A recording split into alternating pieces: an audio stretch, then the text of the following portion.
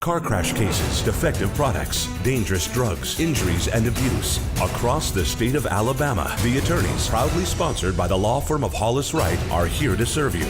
Your tough legal questions answered by our experts. The attorneys with Josh Wright from the law firm of Hollis, Wright, and host David Lamb.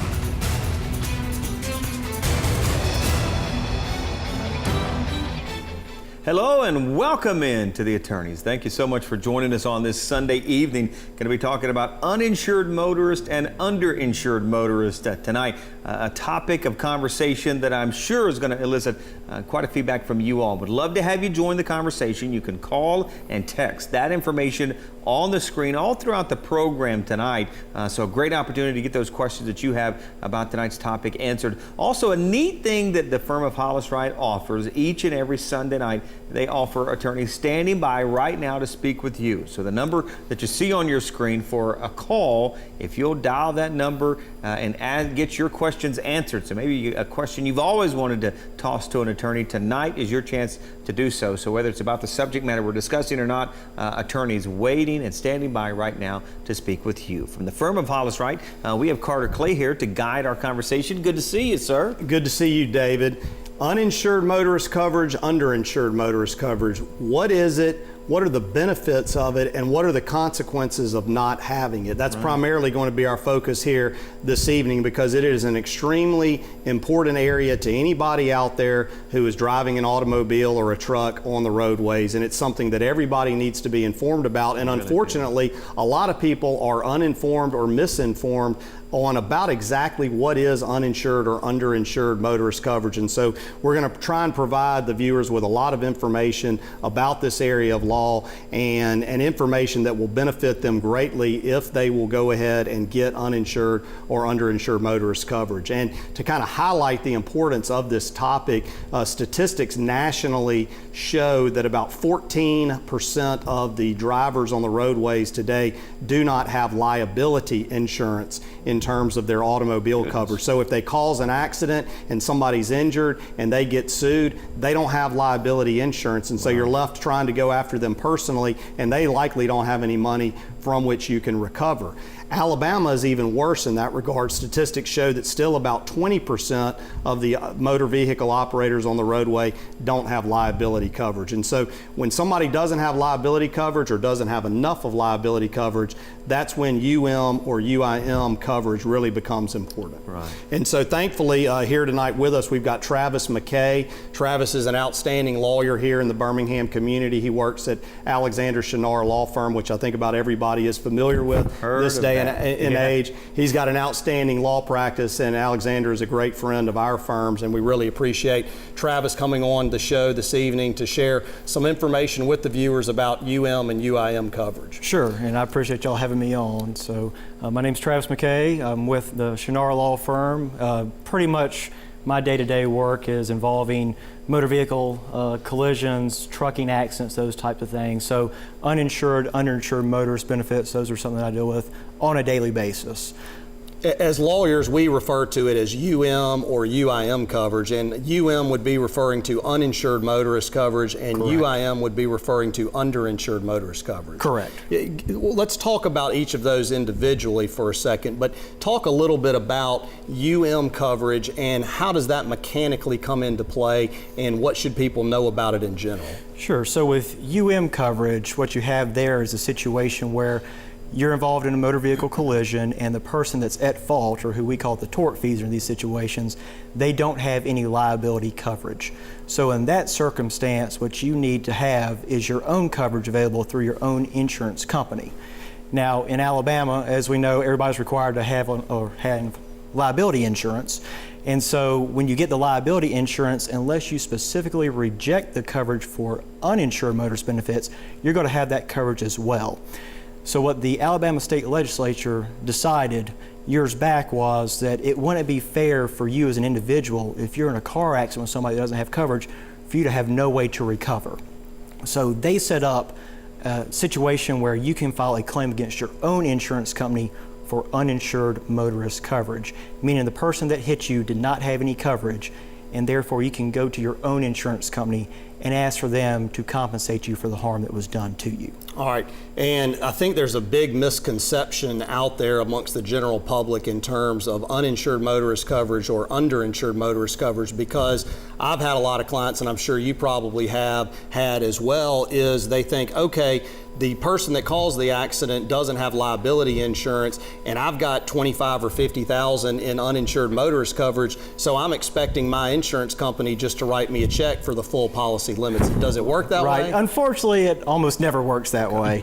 While the insurance company has you insured up to that amount, they have to go through the claim process. So just saying you're in an accident and then requesting that they pay you the full policy limits isn't how it works, unfortunately. Yeah, and really how it works is you basically have to prove the same case against your insurance company that you would have to prove against the individual that actually caused the accident, correct? That's correct. So in this situation, what happens is the insurance company steps into the shoes, as we call it, of the person that was at fault for the accident. So you have to prove, number one, that the person that caused the accident caused you harm, and that they did that, they breached a duty in doing that, and then that you suffered damages.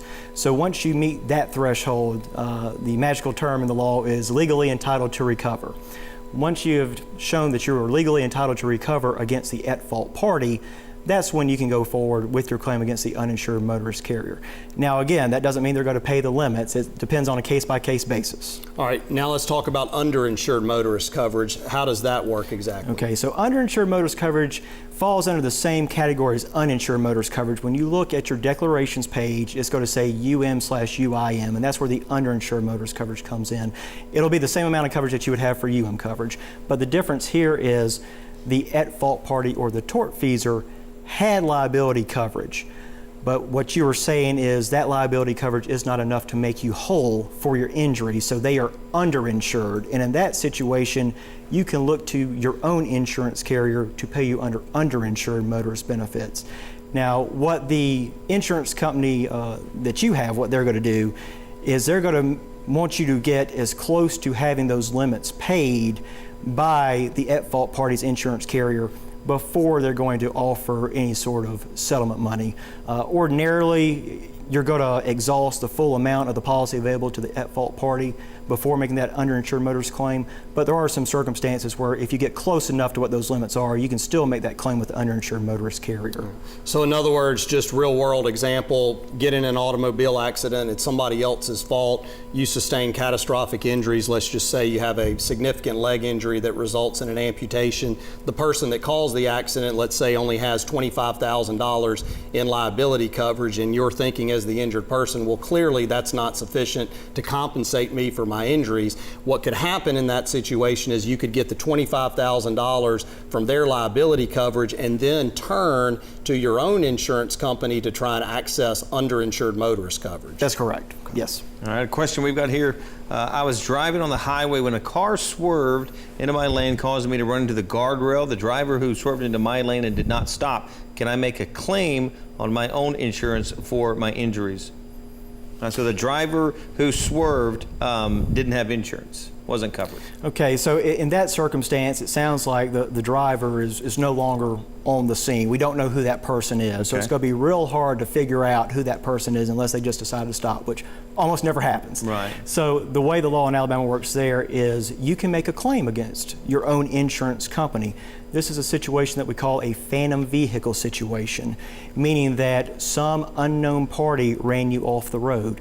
Now in Alabama, there doesn't even have to be physical contact between your vehicle and the vehicle that ran you off the road, just as long as that other vehicle ended up causing you some sort of misdirection in your driving, then you can go forward and make that claim against your own insurance company. All right, time for us to step aside for our first break of the evening. We'll pick up right here whenever we come back. As we head to break, a reminder, attorneys standing by right now to speak with you. Just call the number that you see there on your screen. You can also text in questions and join our conversation tonight. Would love to hear from you. Stay tuned, more of the attorneys coming right up.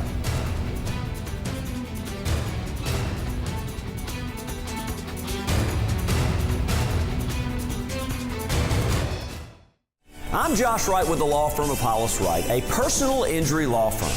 Thank you for watching The Attorneys. Now, we hope you, a friend, or a loved one never needs legal counsel for a case. But if you do, the goal of the show is simple. Provide answers and legal counsel when you need it the most. Your call to the show is free, so if you have questions specific to the show or related to other accident or injury-related topics, you can call, email, or text us. Or you can also follow us on Facebook or Twitter, or simply contact us by going to hollis-wright.com and click on the Contact Us link. We know your time is valuable, so thank you for spending it with us watching The Attorneys.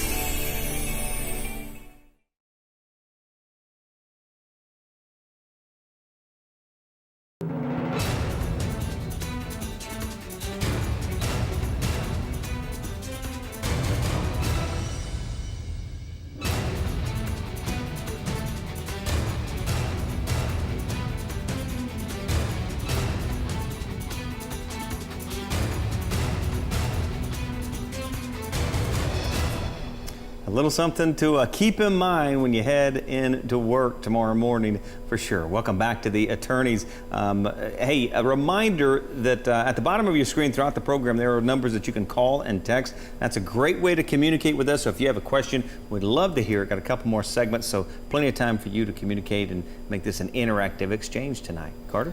Yeah, Travis, we ended the last segment talking about phantom vehicles and UM or UIM claims arising from that type of incident. I know there's always been an ongoing concern in the insurance industry about those types of claims because they're concerned about fraudulent claims being made by individuals who perhaps may fall asleep or just get involved in a single car accident and conveniently say, oh, well, I was run off the road by another vehicle, but I can't identify it, and they left the scene. Sure. What is going on in regards to that? Are there policy provisions to address those types of situations, and what kind of proof does the injured person have to have in order to be able to make that type of claim? Right. So a number of years ago, insurance companies decided to start writing into their policies provisions saying that you needed a witness to corroborate that you'd actually been run off the road by an unknown vehicle for those fraudulent provisions.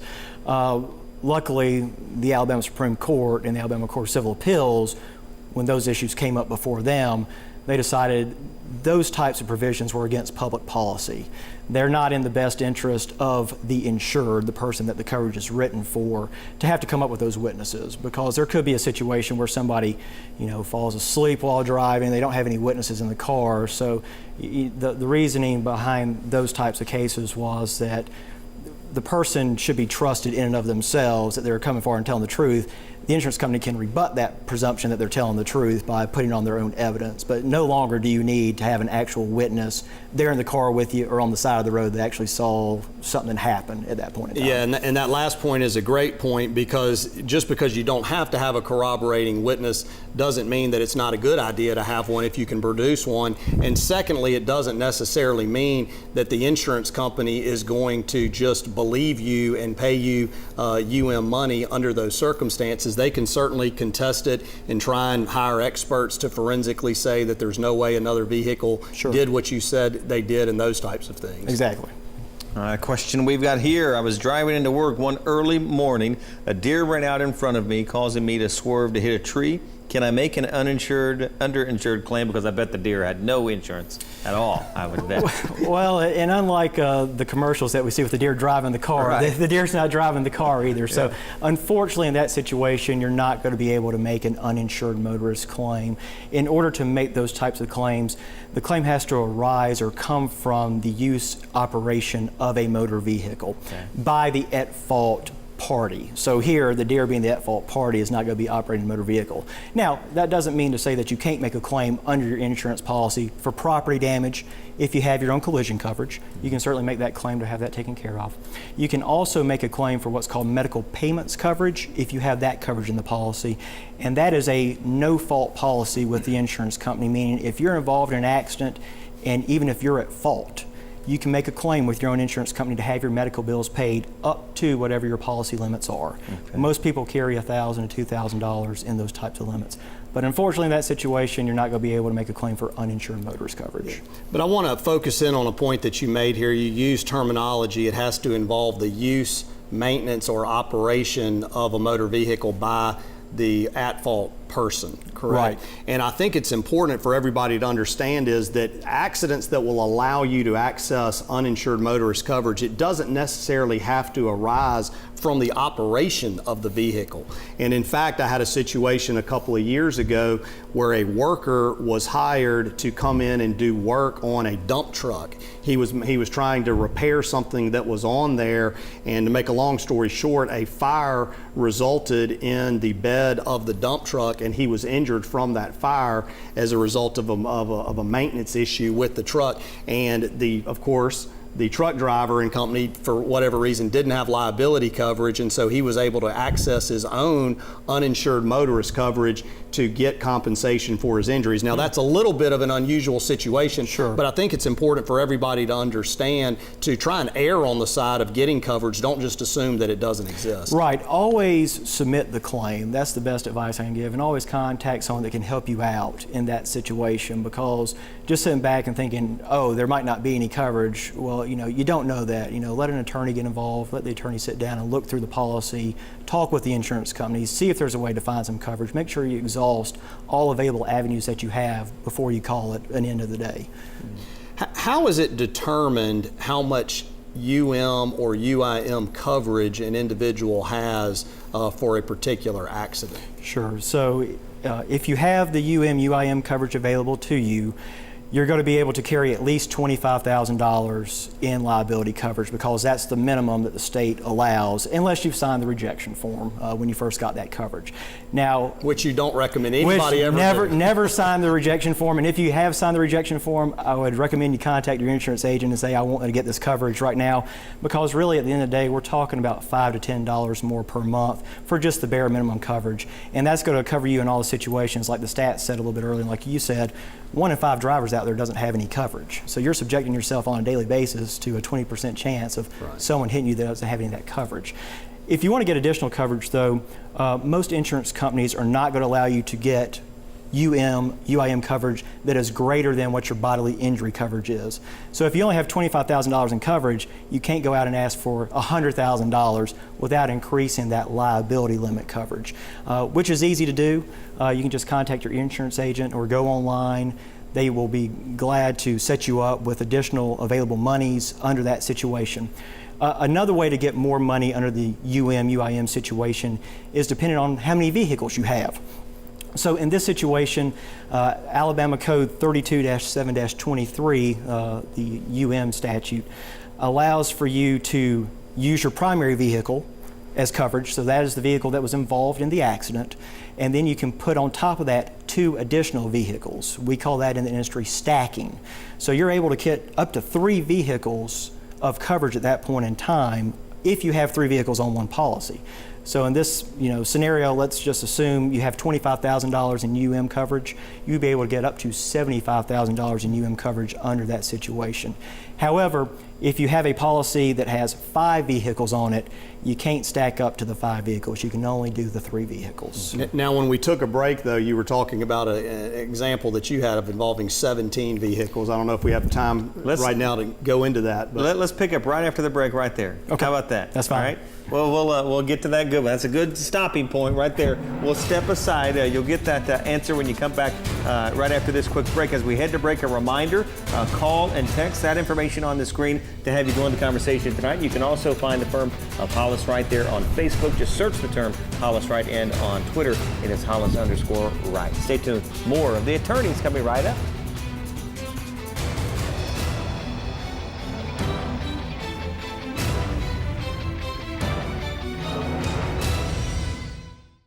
I'm Josh Wright with the law firm of Hollis Wright.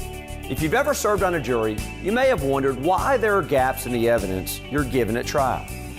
In today's Legal 4-in-1, we're answering the question, is there insurance to pay the verdict? Know this, just because the lawyers never mention insurance in a trial, it doesn't mean there's not insurance to pay the verdict.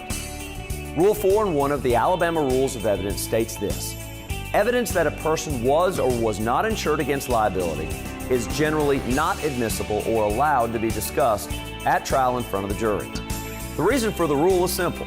A jury could award more money in a case if they knew the defendant had insurance to pay for it. But the reality in our state is this: in almost all lawsuits that get to a trial, insurance is there to pay judgments awarded by the jury. For example, all automobiles in Alabama are required to have liability insurance. Coverage can range from $25,000 up to $1 million in these cases. In theory, all car crash cases that get to trial should have insurance available to pay any verdict awarded in the case. Trucks have to carry anywhere from $750,000 to $5 million worth of insurance. Unfortunately, you'll never hear that during the trial. Even in medical malpractice cases, the doctor has liability insurance to help pay a judgment. That's something you won't hear during trial because the rules just don't allow that testimony. Yet almost all judgments against a doctor involve liability insurance. Please remember your call, email, or text to the attorneys is free. All of us at Hollis Wright want to help answer your questions on real issues you face. Remember, a competent lawyer will respond to every question you send in. That's our promise and pledge to you.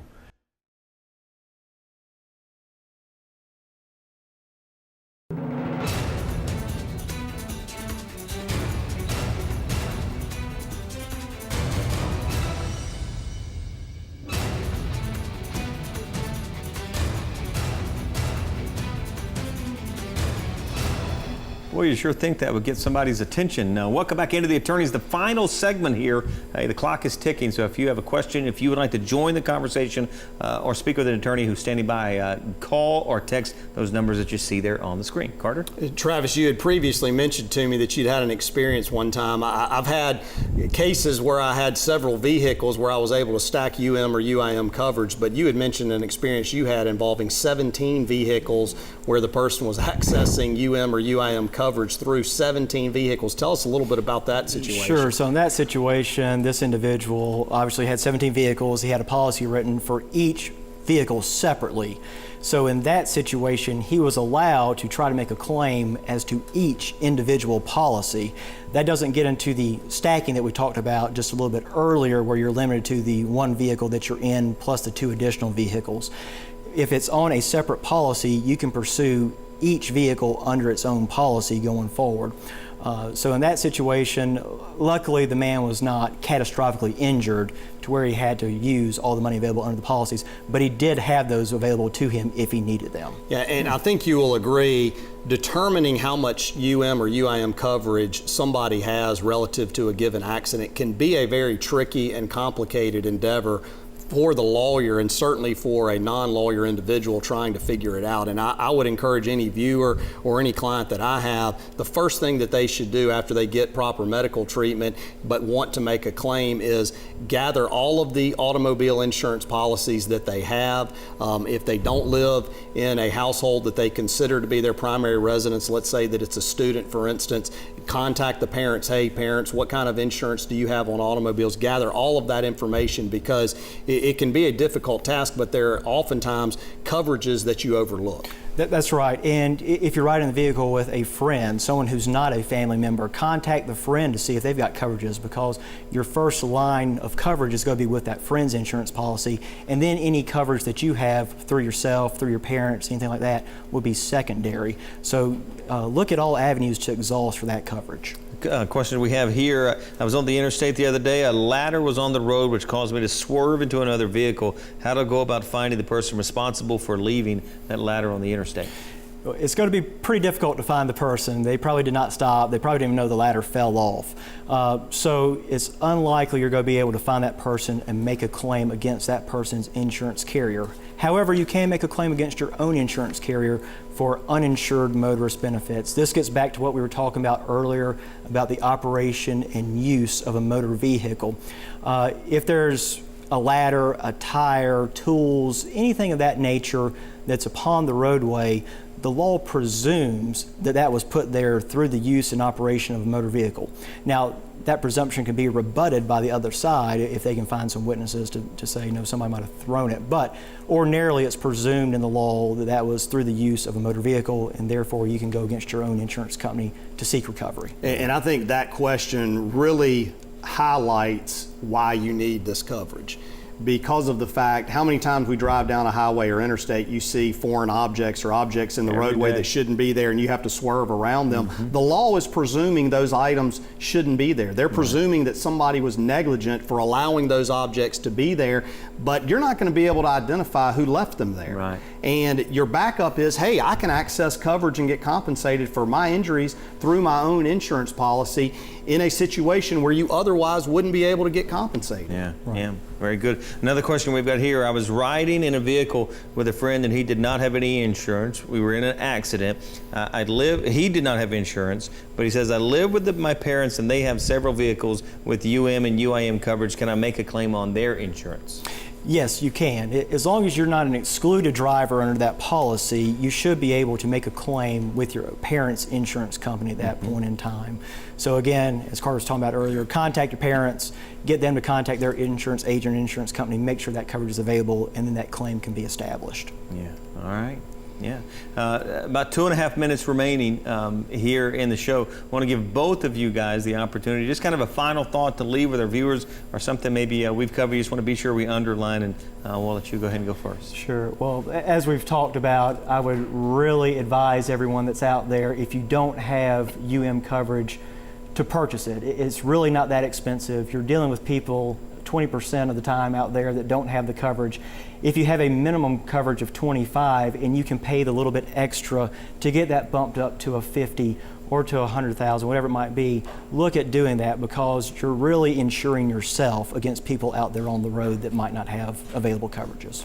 Yeah, and I think if anything that I want the viewers to understand tonight are all of the examples that we've given where an individual who caused an accident either doesn't have coverage because they're one of the 20 or so percentage of individuals in the state of Alabama that don't have liability coverage, or the individual that caused an accident is unidentified. We don't know who they are, and this is a great way for individuals who are injured in accidents to get compensation that they otherwise would not be able to get. And I think it's extremely important that they talk with their insurance agents or brokers about this opportunity to have UM or UIM coverage, because like Travis said, it's not that expensive at all to add that additional layer of coverage on there to protect them, so that if they are unfortunately injured in accidents, they'll be able to get compensated for it. Is the biggest mistake folks made is to assume that that'll never happen to me? Is that why folks, in terms of not getting the insurance? Well, I think that's the biggest mistake people make relative to any kind of insurance, whether it be health care, life insurance. Obviously, you're going to die at some point, but you've got young people that think, well, I'm not going to die anytime soon, or I'm not going to get hurt anytime soon, so I think I'll forego this coverage. Yeah, not a good idea whenever